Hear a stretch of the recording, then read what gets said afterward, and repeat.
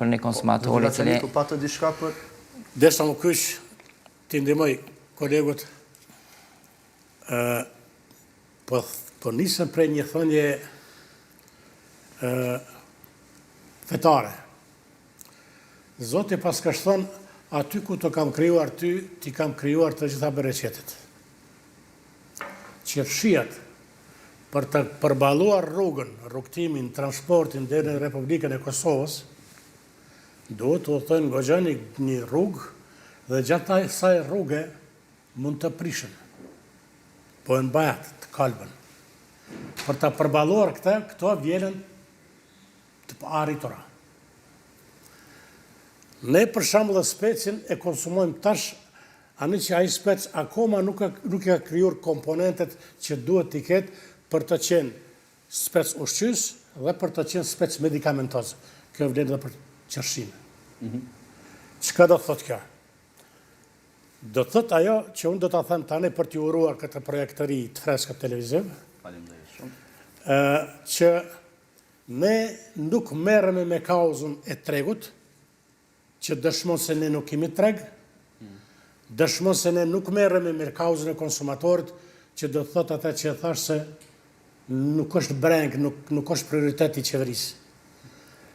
Ajo që duhet për import ta kemi, e importin edhe po na dikton edhe çmimin edhe inflacionin, është mes tjera se ne duhet të kemi te ambasadat tona edhe përfaqësuesin, atashen ose konzullin tregtar ose komercial, i cili do të ishte një urë lidhse mes Kosovës edhe atij shteti nga ne importojmë.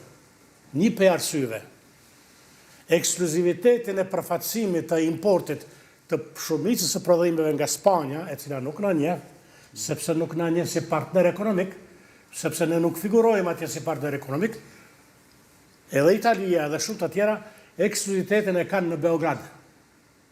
Domethënë, shumica e produkteve nga Spanja, nga Italia, nga shumë të tjera shtete vinë nëpërmes Beogradit. Prandaj ne kemi çmimet të larta. Se ka shumë ndërmjetësues. Ka shumë ndërmjetësues sepse ne nuk e kemi atashen. Doli fasuli, grosha.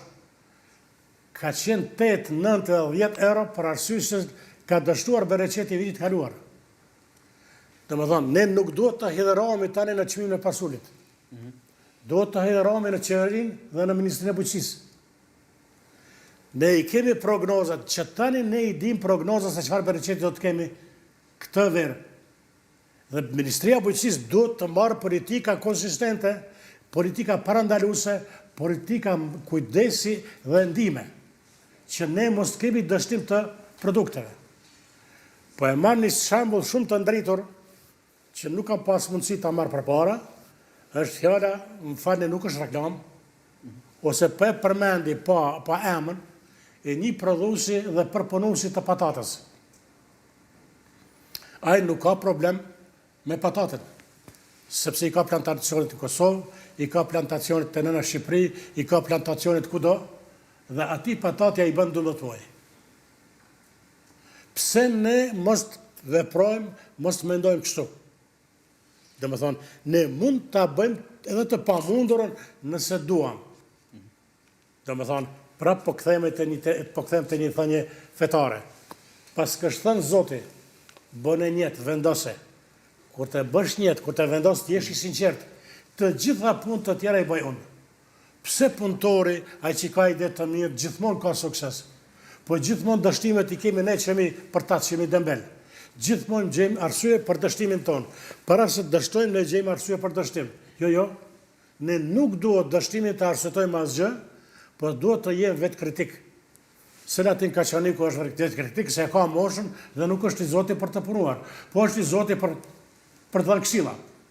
Por ja që as këshilla nuk është e mirëseardhur, sepse ne sikur po bëjmë një shoqëri e mbyllur, undercover, kryesisht kjo undercover është politik, dhe asnjë parti politike nuk duron që dikush tjetër të di më mirë dhe më shpejt dhe më shumë